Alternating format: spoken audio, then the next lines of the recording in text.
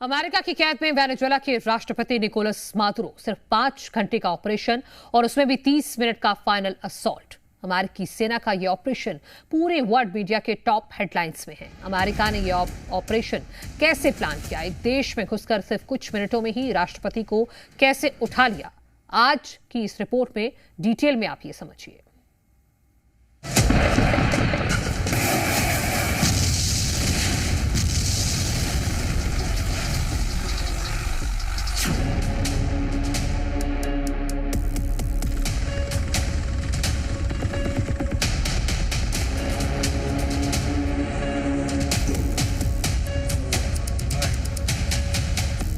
शनिवार की रात जब अमेरिकी राष्ट्रपति डोनाल्ड ट्रंप ने मादुरो के खिलाफ ऑपरेशन की डिटेल शेयर की, तब दुनिया हैरान रह गई।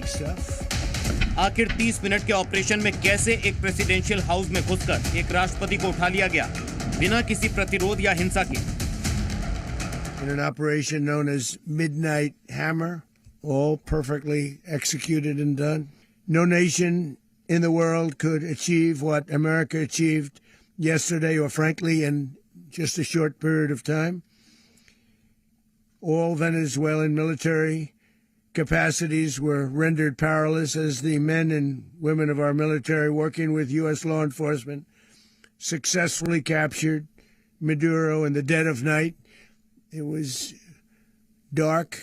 The lights of Caracas were largely turned off.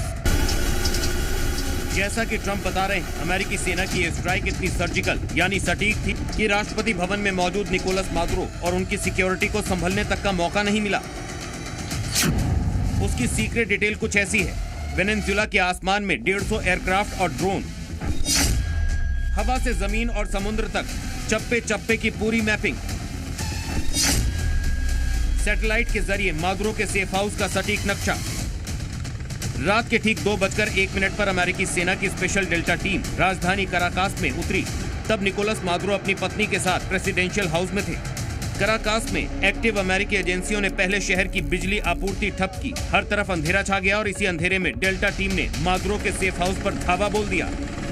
इस ऑपरेशन की जो डिटेल अमेरिकी एजेंसियों की तरफ से आई है, उसके मुताबिक प्रेसिडेंशियल हाउस में उतरते ही डेल्टा टीम सेफ हाउस की तरफ बढ़ी। मादुरो का सेफ हाउस स्टील के भारी दरवाजे वाला बंकर था। अमेरिकी सेना को देखकर मादुरो ने दरवाजे की तरफ भागने की कोशिश की, लेकिन डेल्टा टीम ने दरवाजे तक पहुंचने से पहले ही मादुरो को पकड़ लिया। प्रेसिडेंशियल हाउस में यह पूरा एक्शन 20 मिनट के अंदर खत्म हो गया। उसके बाद मादुरो की फिजिकल मैपिंग और डीएनए के नमूने लिए गए। अमेरिकी सेना के साथ मादुरो की थम्स अप करती तस्वीर 30 मिनट के ऑपरेशन के ठीक बाद की है।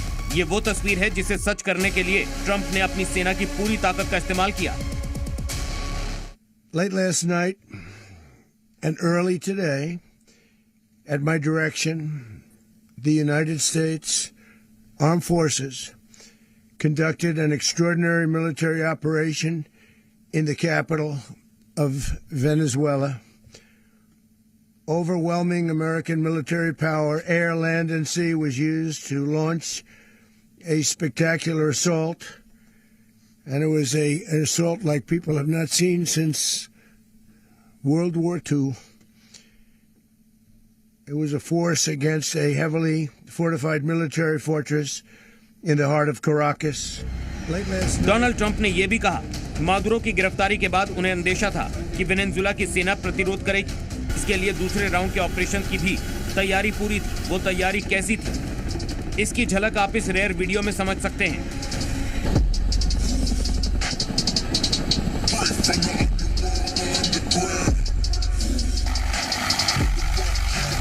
RQ-170 का रेयर वीडियो ऑपरेशन के बाद लौटता हुआ। यह अमेरिका का वो ड्रोन है जिसे 1 साल पहले डेवलप किया गया था। स्टेल्थ टेक्नोलॉजी से लैस ये ड्रोन रविवार की सुबह प्यूर्टो रिको लौटते हुए देखा गया। ये इस ड्रोन का रेयर वीडियो इसलिए है क्योंकि अमेरिका के इस स्पेशल ड्रोन को दुनिया ने पहले कभी नहीं देखा था।